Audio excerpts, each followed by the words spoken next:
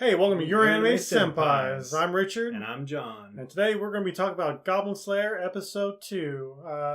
Spoiler warning. We are going to be talking about this episode, so if you've not seen it, I would recommend watching it and then come back to watch our video. So let's go ahead and get started.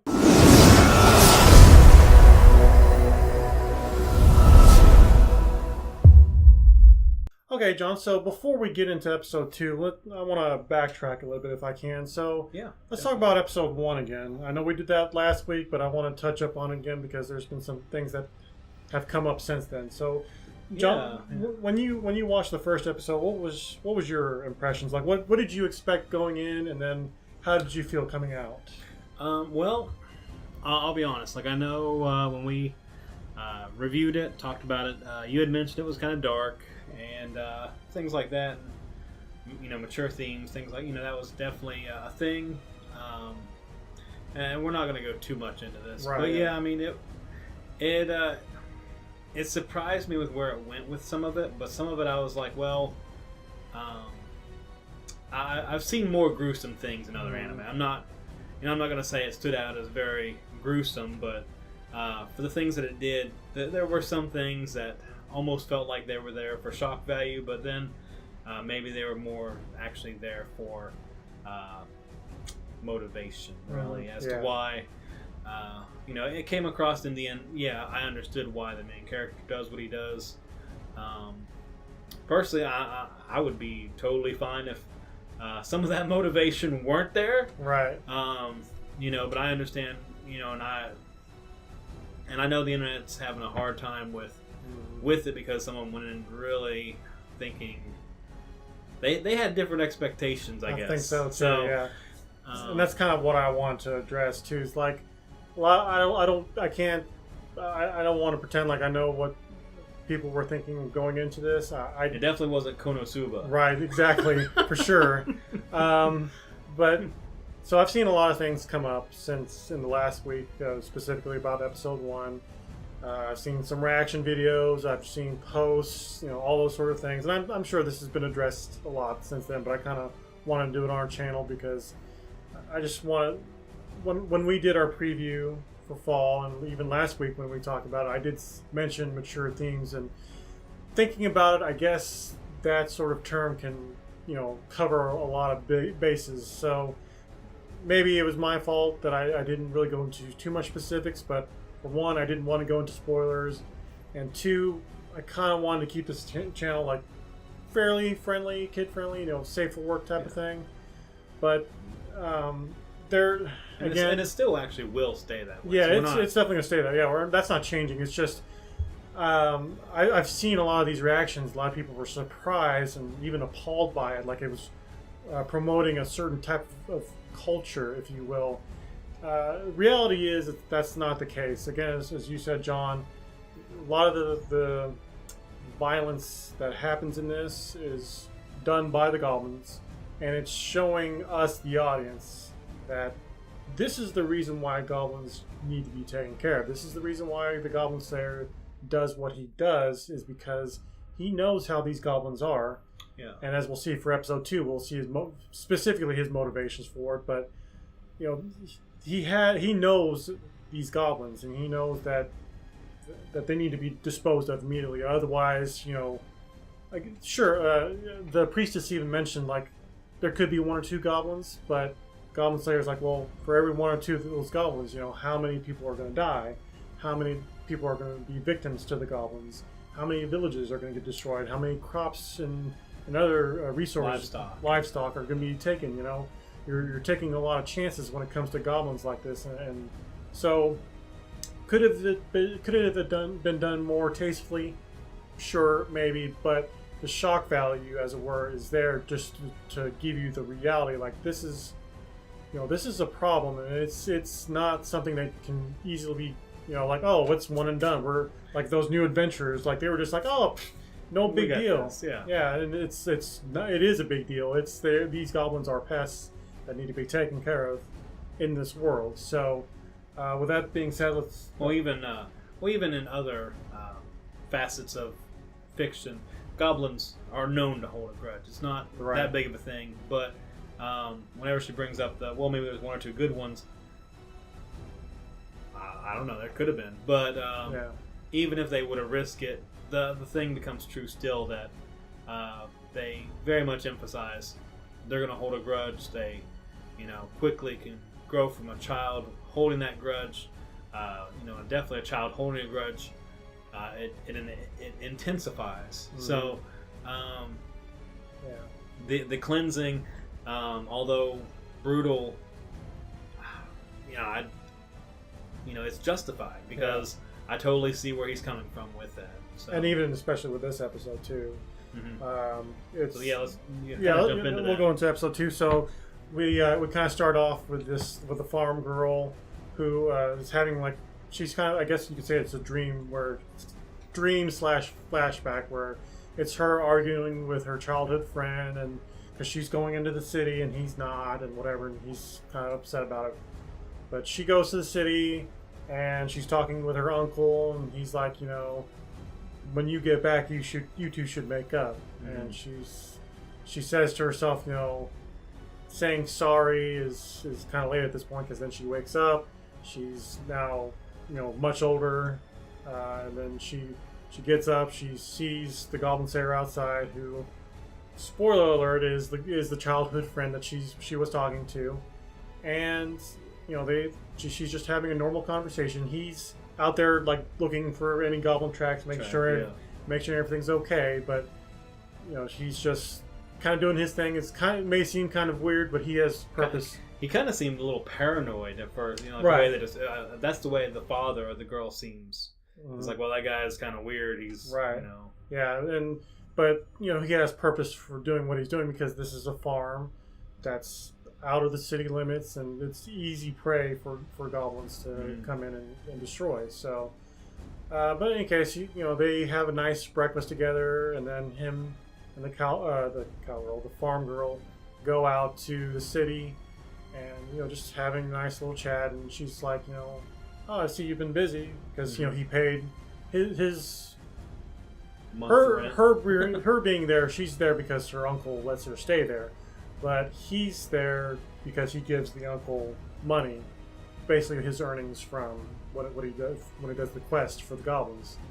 So, and she knows this time around he had a pretty hefty sum. So she's like, "Oh, work must be going pretty good for you." And he's like, "Yeah, it's going all right." And she's like, "Well, that must be great. It must be great that there's a lot of goblins." He's like, "No, it'd be nice if there was no goblins." So it's like, you can tell from there he doesn't like what he's doing, but he knows it has to be done. So.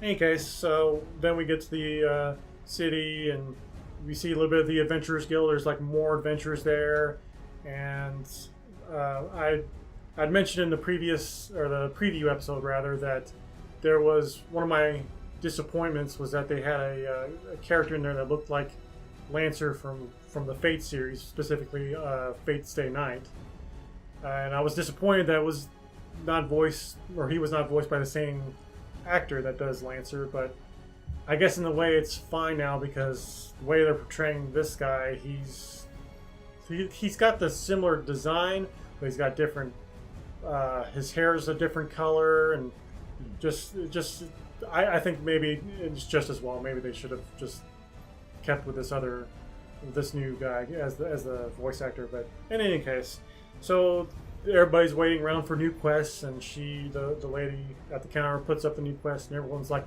"Oh, is there any dragon slaying quests, or is there any bandits that need to be taken care of?" And then one of them mentions "Oh, it's a goblin quest, whatever." And then another group of new adventurers are like, "Oh, Goblin Slayer, let's go do that." Yeah, and it's like, but it kind of also shows too that these newer, or these more experienced adventurers rather, they don't take this goblin threat seriously anymore. They're looking for bigger game. That's below them. Yeah, exactly. So, which is kind of the reason why the Goblin Slayer exists, because all these other more experienced adventurers, they don't care about the goblins anymore, even though the goblins are still a big threat. Yeah. It's just like whatever. So, well, in a way, it's not like a video game. They're actually treating this like an expanded world where once they leave an area in a video game, maybe that world will just pause or stop. Or Yeah, exactly. these goblins that are left, that grudge, whatever, it just continues. Exactly. And that's something I was pointing out too, that this is unique to this series, is that these higher level adventurers have moved on. Mm-hmm. So they've kind of just left. They got their reward, and they were just like, oh well, I'm not getting paid for that. Right. So. Yeah, or if I am getting paid, it's so little, whereas this other grander quest pays so much more and stuff. So again, this is why the Goblin Slayer exists, because he knows that the adventurers don't care anymore, and he's the only one that really cares, other than the new people. But the new people are inexperienced; they don't understand how dangerous goblins are, and they get killed or severely wounded or whatever. So they get traumatized, and it's just so that is kind of an interesting aspect, like you said. It's like, just because these other adventurers move on doesn't mean that the monsters just magically go away. Maybe in some cases, maybe it solves their problems and it's done, but there are always the chances that there might be survivor goblins. There might be chances that other goblins from other areas spread into this area again, that sort of thing. So the Goblin Slayer takes that into consideration. And again, as I said in my first review for the first episode, like, he seems OP, but the fact of the matter is that he understands these creatures and how to deal with them. So, but in any case, so of course the Goblin Slayer goes in. He's like, "Hey, is there any goblin quests?" And sure enough, there's like 2 or 3 of them. He takes one. Priestess just happens to be there too, and she meets up with him, and they go out and go slay some more goblins and have a good old goblin slaying time. Exactly. And so it's pretty routine at this point. She has a new miracle, a new spell, if you will, and that she uses, which is when he found out about her getting this spell, that he's like, "Oh, I can use this to create a barrier and trap the goblins inside." So sure enough, that's what he does. And he's very ingenious when it comes to dealing with goblins. Yeah, that was pretty creative. Yeah. So, but during that whole time though, where we're seeing him kill the goblins, he himself also has a flashback of where he's talking about, like, well, what if there's a scenario where you're just living a nice peaceful life in the village, and then these goblins come out and they attack your village and kill all your friends and your family and commit all these heinous acts of violence, and you are the only survivor who's pretty much witnessed all this. Of course you're going to have a grudge. Of course you're going to want to think of ways to get your revenge on these creatures, because you yourself as a child will carry that grudge, kind of like the goblins. And he even says himself, like, "I am a goblin to the goblins." So, yeah, I thought that was kind of interesting how he made that parallel. Right, yeah. So, but anyways, the episode ends.